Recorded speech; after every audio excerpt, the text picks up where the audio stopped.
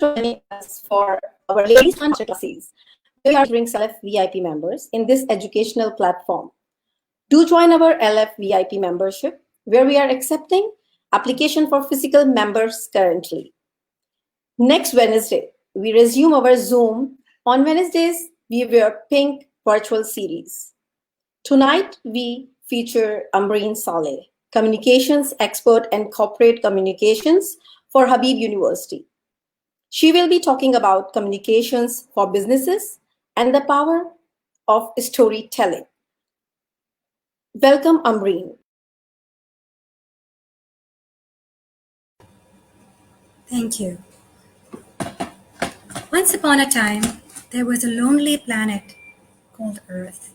There were many people on planet Earth, but they were really busy. They didn't have time for each other, and they didn't have time for planet Earth. They spent their days in a mad frenzy, rushing from one place to the other, pursuing their material goals.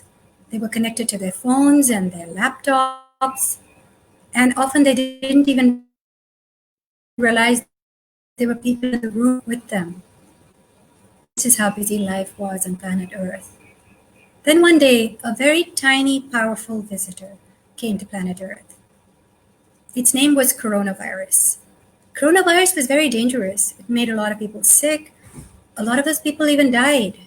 So people had to enforce social distancing so that the virus would not be transmitted from one person to the other. Cities went into lockdown. People could not meet with each other or go out. Initially, it was very difficult for people to adapt to this new lifestyle, but slowly they did. They started enjoying the company of their family. They reached out to friends. They learned to share with each other. They learned to work together. The earth became a cleaner place. The air became clearer as there were fewer cars on the road and there were fewer factories spewing pollution and smoke. Slowly, everyone, including planet Earth, healed. Slowly, the cities also opened. Lockdown was lifted. People emerged from their homes. But the people who emerged were probably wiser, more reflective, more caring, and maybe planet Earth wasn't that lonely anymore. My name's Ambreen, and I'm going to give you a session on the power of storytelling and business communications. My training or presentation will have a couple of different sections. The first section will talk about what is business communication and what are stories. We'll talk about the components of stories, as well as what makes a powerful story and what's the benefit of storytelling for businesses. Then, so that each of you can learn to tell a story, we'll go through the process of storytelling. And then we'll end with a couple of examples of really powerful stories. So let's start. What is communication? Communication is when a message is delivered from a sender to a receiver. The message has to be interpreted by the receiver, and then the communication is complete. There are many forms of communication. As people, we communicate with each other all the time. We communicate with our family and friends in our personal life, and at a professional level, we communicate with our colleagues.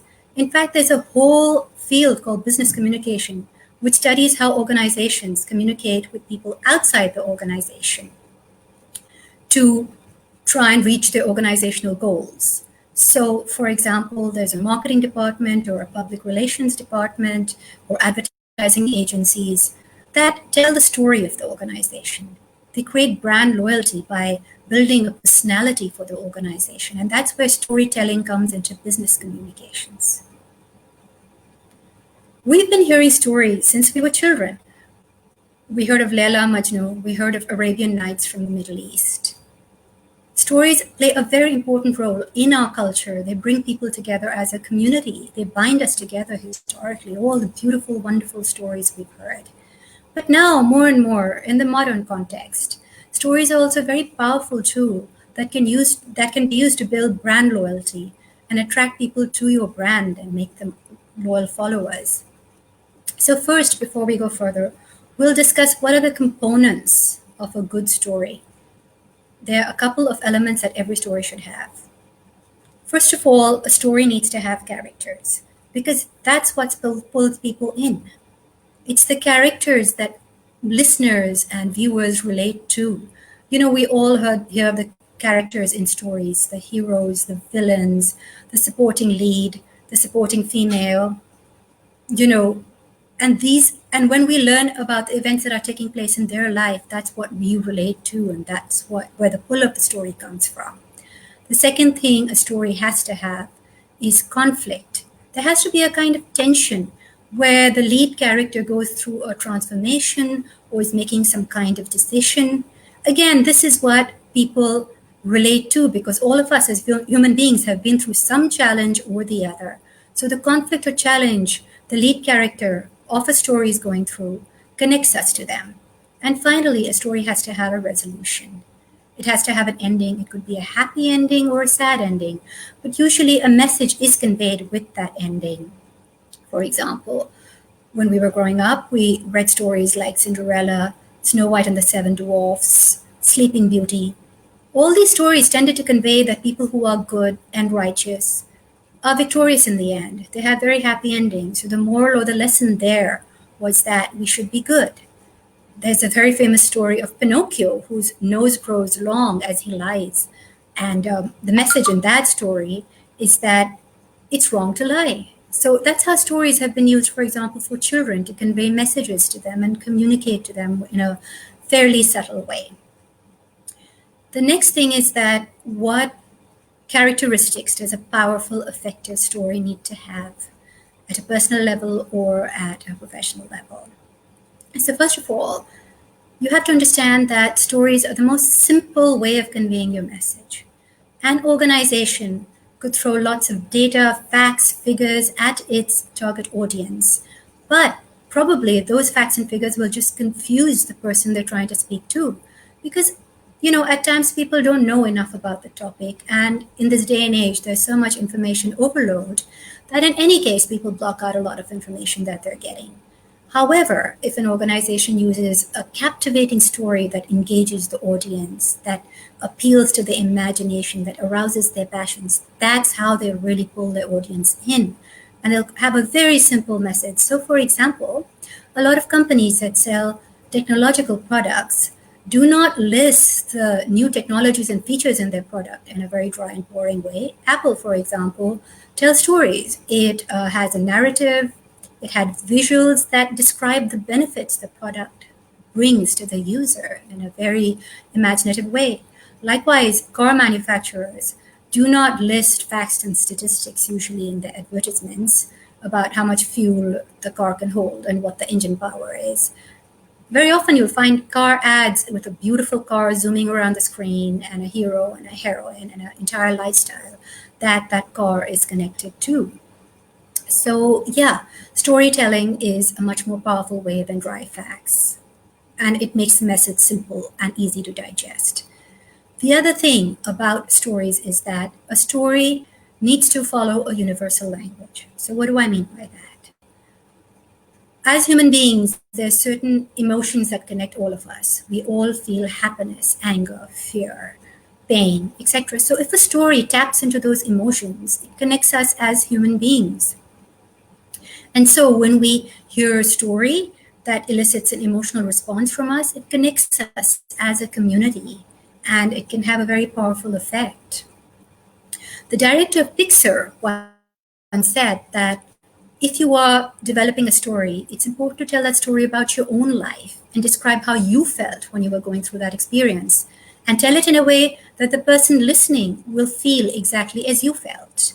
So that's the power of communications in telling a story.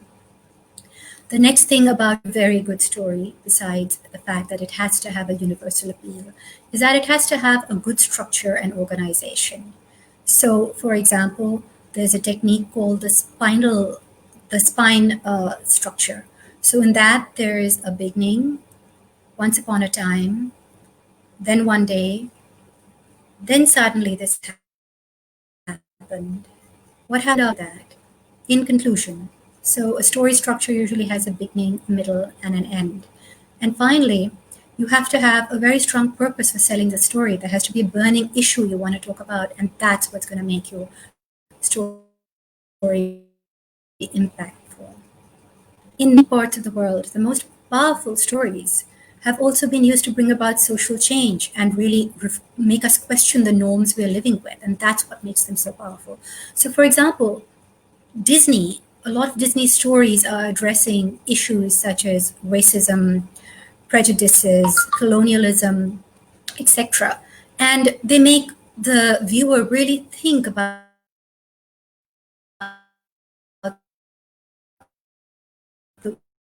whether the way we're reading examples of the wind is animated comments on.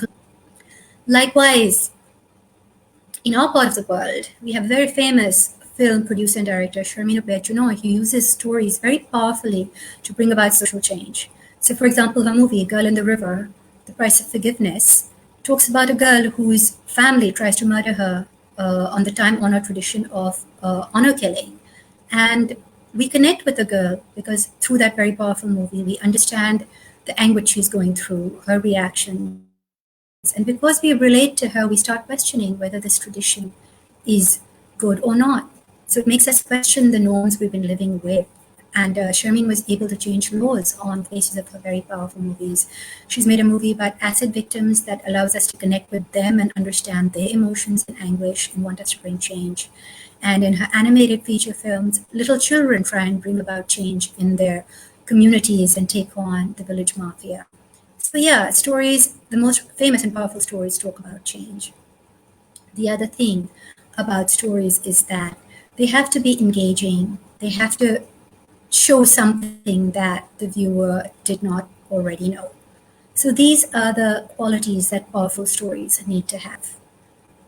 But I'm going to go next into how do you tell a story? And there's certain tools you need to use because storytelling is an art. It's an art like painting or it's an art like sculpture. And although you may have lots of information you want to share with your audience, there's a couple of steps you have to take to tell a good story. So the first is before you tell any story or actually develop any piece of communication, you have to think about who is your target audience. Is your target audience your family? Is it a colleague? Is it someone outside the organization? And then you have to think, what would that person like? What are their tastes and preferences? What are their demographic details? And build a story, keeping your target audience and the research you've done on them in mind.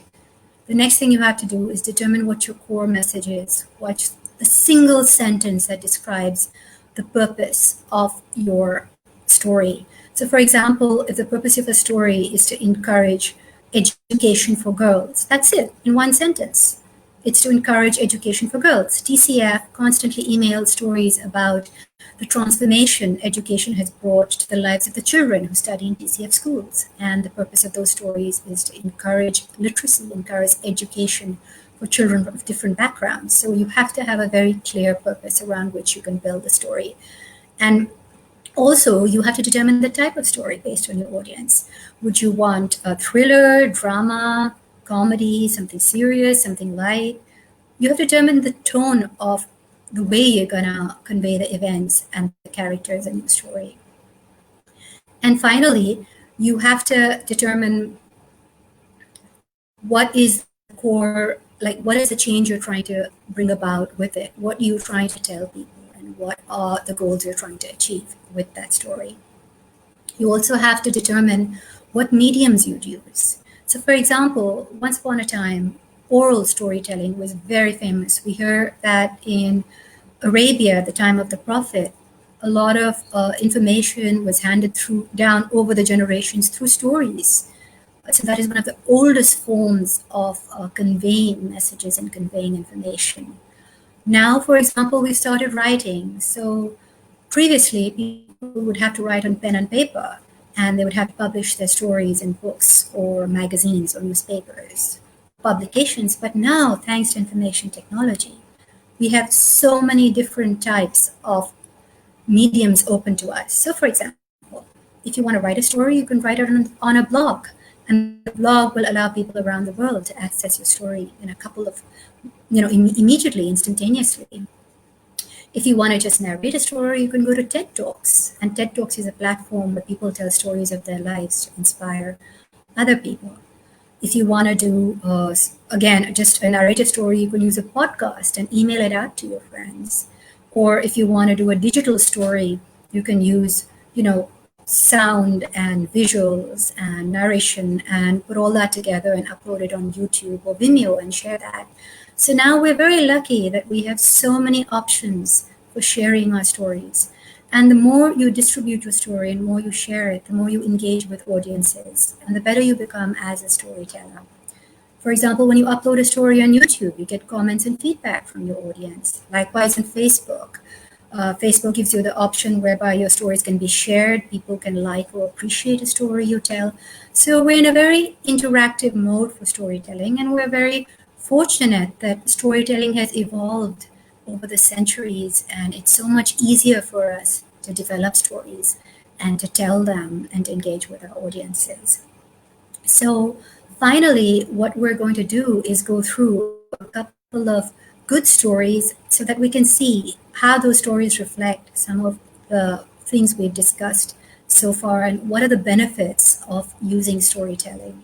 So the first story I'm going to read is from a book called Wind in the Willows. I don't know if you read it, it's children's literature, but I'm going to read the beginning of this novel because it's very cute. The message the entire book gives is that the importance of friendship and standing up for your friends.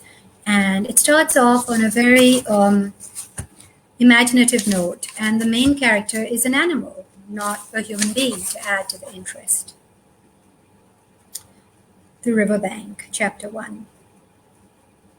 The mole had been working very hard all the morning, spring cleaning his little home, first with brooms, then with dusters, then on ladders and steps and chairs, with a brush and a pail of whitewash, till he had dust in the throat and eyes, and splashes of whitewash all over his black fur, and an aching back and weary arms.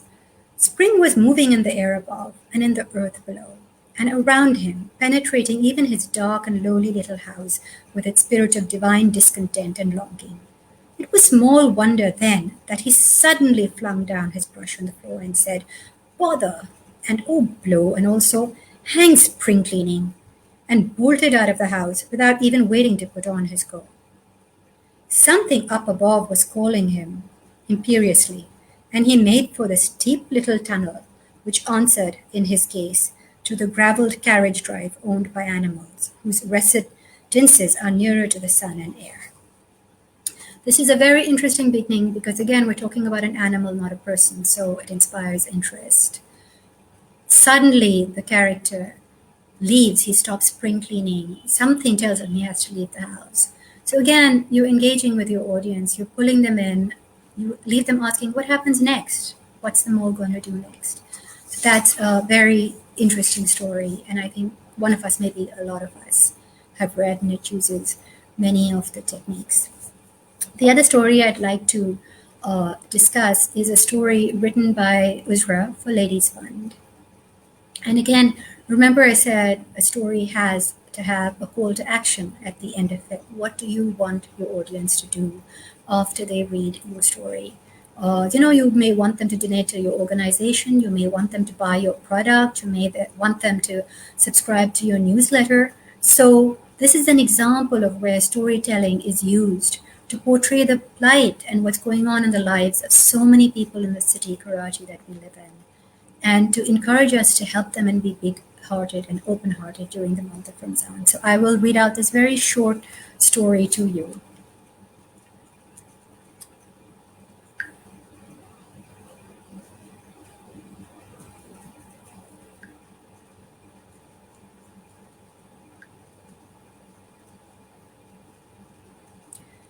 Meet 80-year-old widow Hasina, who has no living relatives or family.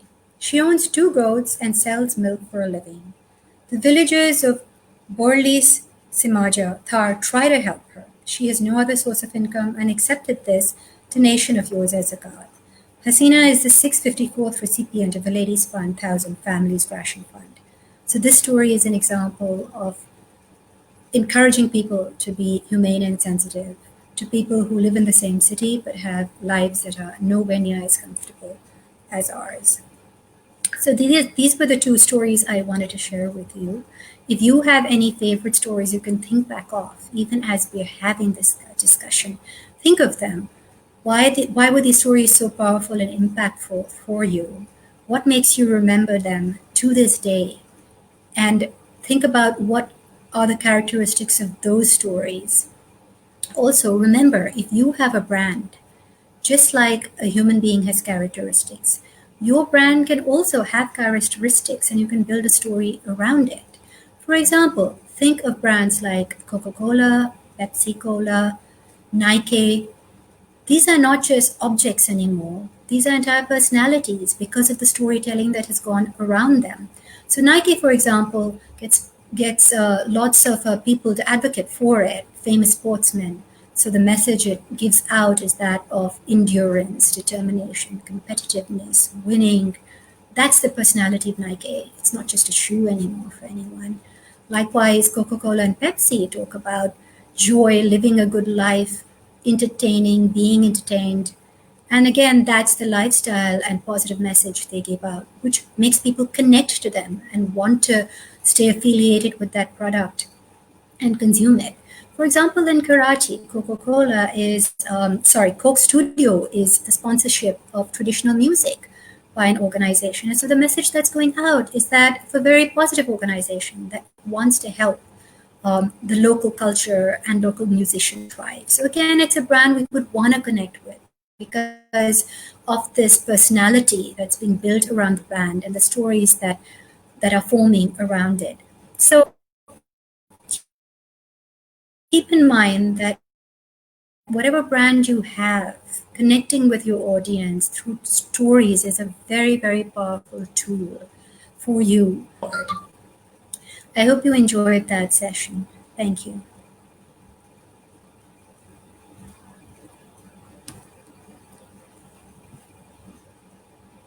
The next session